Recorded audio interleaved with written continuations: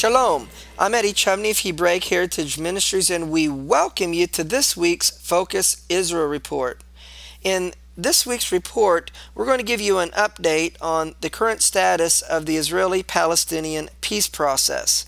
Over the past year, the United States and the European Union have spent a tremendous amount of time and energy trying to bring both parties together so that they will engage in direct negotiations over the final status issues of a peace agreement.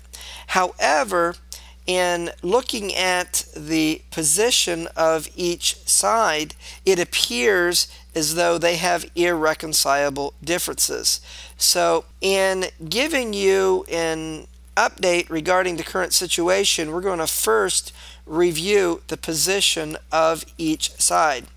Israel would like the Palestinians to recognize the state of Israel as a Jewish state. However, the Palestinians have said they will not do so.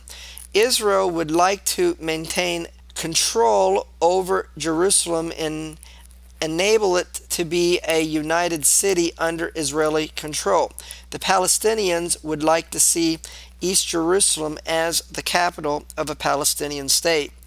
Israel would like to keep the large settlement blocks in the West Bank, where approximately 250,000 Jews live, and these settlement blocks represent about 5% of the area of the West Bank. However, the Palestinians would like to see a state based upon 67 borders, and they do not want any Jew living in a Palestinian state. Israel needs a buffer zone in the Jordan Valley to protect its security interests, because most of the Jews in Israel live in the coastal areas and they are vulnerable along the mountains of Israel and in the Jordan Valley, which the Palestinians would like to see a part of their own state.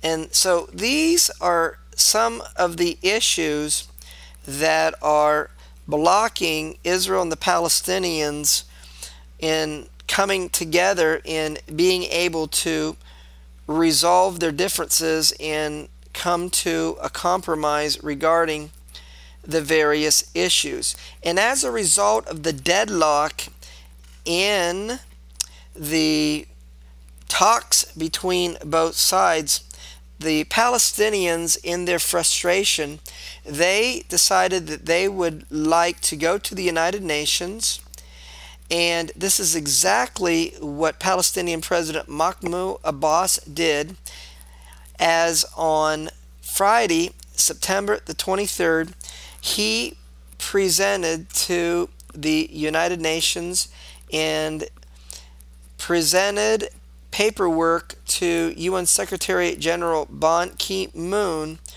wherein a request was made that the United Nations recognize a Palestinian state based upon 67 borders with East Jerusalem as its capital. In doing so, the Palestinians would like to see the nations of the world recognize a Palestinian state without it happening through direct negotiations with Israel. And in order for there to be a recognition by the UN of a Palestinian state, it needs the approval of the United Nations Security Council. There are 15 members of the United Nations Security Council. 5 are permanent and 10 are rotating. And in order for the request to be voted on by the UN Security Council, there needs to be 9 of the 15 members affirm the desire of the request, and thus it be voted on. The 5 permanent members, consisting of Russia, China, Britain, France, and the United States, all have veto power regarding any request that comes to the UN Security Council. It is the preference of the United States and the European Union that a Palestinian state comes through direct negotiations between the Palestinians and Israel. Russia and China, however, are willing to recognize a Palestinian state through the United Nations without having a formal agreement between the Palestinians and Israel. Furthermore, it is the task of the quartet, which consists of the United States, the United Nations, the European Union, and Russia, to oversee the peace process and to mediate when both sides are unable to come to a consensus. And the quartet themselves are divided regarding exactly what the position should be in order to achieve the objective of a two-state solution, that is, a Palestinian state and a Jewish state. And as a result of this disagreement, it was difficult in the past week for the quartet to agree on a statement regarding how the process should move forward. Now, if this request by the Palestinians through the United Nations is unsuccessful through the UN Security Council, the Palestinians have the option for the request to be heard and voted upon by the General Assembly. And if the General Assembly approves the request, which needs a 2/3 majority, which it appears that the Palestinians would have should they choose to do this, then their status in the UN would be upgraded and they would have greater rights in the United Nations, but they would still not be recognized as a full member of the community of nations. And so because the United States and the European Union in particular would like to see the Israeli-Palestinian conflict resolved through a formal peace agreement between both sides, the United States and the European Union have opposed in the past week the Palestinian bid to be recognized as a member state of the United Nations through the Security Council, and the United States has pledged that they will veto such a request should a vote come before the Security Council. Palestinian President Mahmoud Abbas and Israeli Prime Minister Benjamin Netanyahu both gave speeches on Friday, September the 23rd, before the United Nations General Assembly, explaining their respective positions. And I would like to share with you an overview regarding what they said in these speeches. Mahmoud Abbas stated the following: that the Palestinians seek to establish a state on what he sees would be only 22% of the territory of historical Palestine.